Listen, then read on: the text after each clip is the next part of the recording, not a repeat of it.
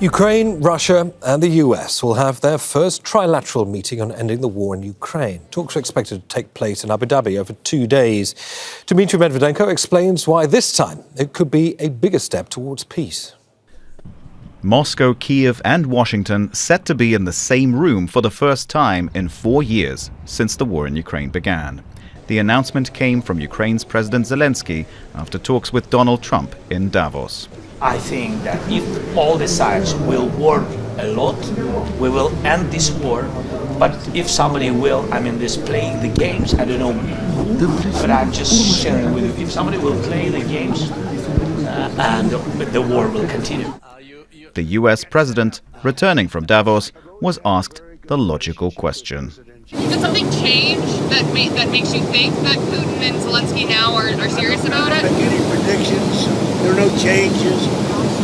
I think that President Putin would like to make a deal. I think that President Zelensky would like to make a deal.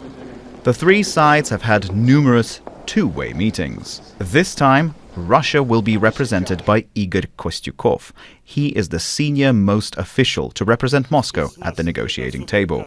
He heads Russia's military intelligence and is one of the top people in the armed forces.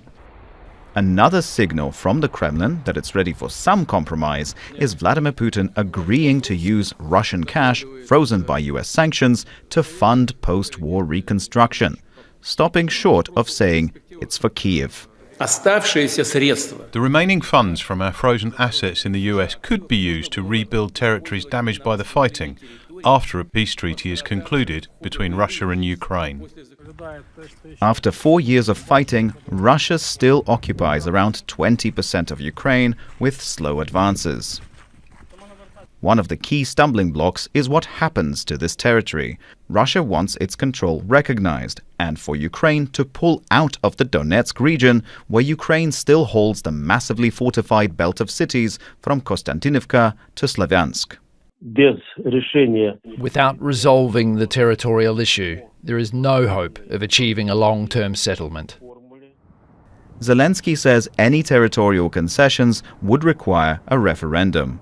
Russia has been keeping Ukraine in a cold chokehold, targeting energy infrastructure and leaving thousands without heat or electricity during sub-zero temperatures, something Kyiv may want to address in Abu Dhabi and perhaps offer to stop attacking Russian oil and gas facilities.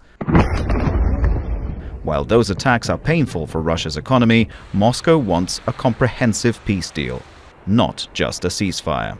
Dmitry Medvedenko, Al Jazeera.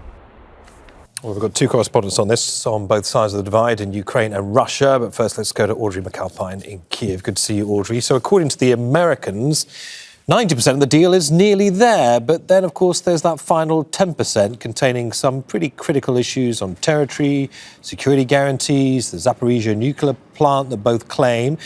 What kind of momentum, Audrey, are you seeing around these talks? Yeah, and frankly, Neve, that 90% doesn't mean much if the most sticking points are the points that remain, and those are the points that have stalled talks up until now. In Davos, U.S. Special Envoy Steve Witkoff said that it's down to one issue, and even this morning, Ukrainian President Volodymyr Zelensky saying that it's the Donbass is key. The Donbass is this contested area containing Luhansk and Donetsk regions in eastern Ukraine, of which Ukraine still does hold a small foothold. Now, Ukraine has suggested that it is willing to remove military forces from this area to create a neutral buffer zone, but only if Russia does the same. The U.S. has proposed a possible free economic zone to boost industry and to bring back business into this area, but Russia has historically called for Ukraine to remove its troops entirely from this region, to remove its troops from areas that it still holds. So this will be the sticking point. It's a fairly wide gap that these two sides have to come together on. So yes, there is momentum and the process is moving forward. But as Zelensky has said, we are not standing still. But still, the question will be, is Russia ready to discuss this peace framework that the United States, the EU, and Ukraine have been quietly putting together over the past several weeks, or will it stick to its maximalist demands? Well, that, of course, is the question for Moscow, isn't it? Yulia Shapovalova is there. Yulia, when it comes to the significance that Moscow is placing on these high-stakes talks in Abu Dhabi, what are you hearing?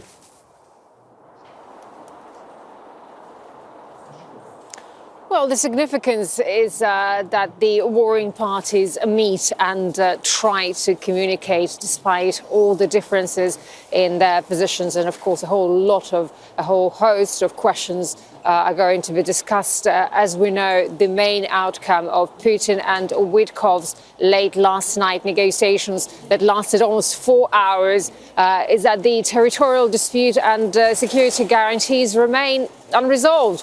Basically, this is the main sticking point. Everyone is talking about the Russian side demands that Ukrainian army leave Donbass, which is absolutely unacceptable for Ukraine. That's why the main issue that will be discussed at the Trilateral meeting in Abu Dhabi later today will be the territorial control in eastern Ukraine.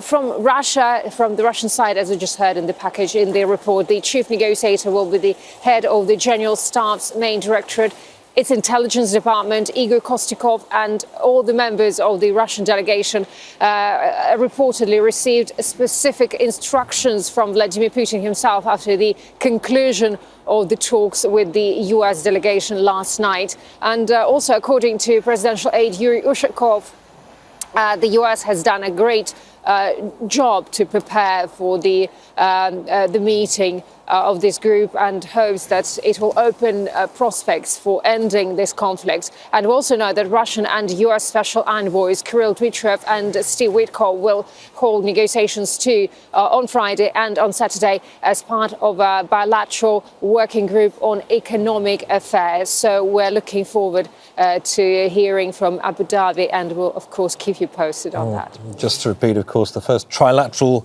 talks in 4 years of war in Ukraine. Many thanks to Audrey Macalpine in Kyiv, Yulia Shapovalova in Moscow.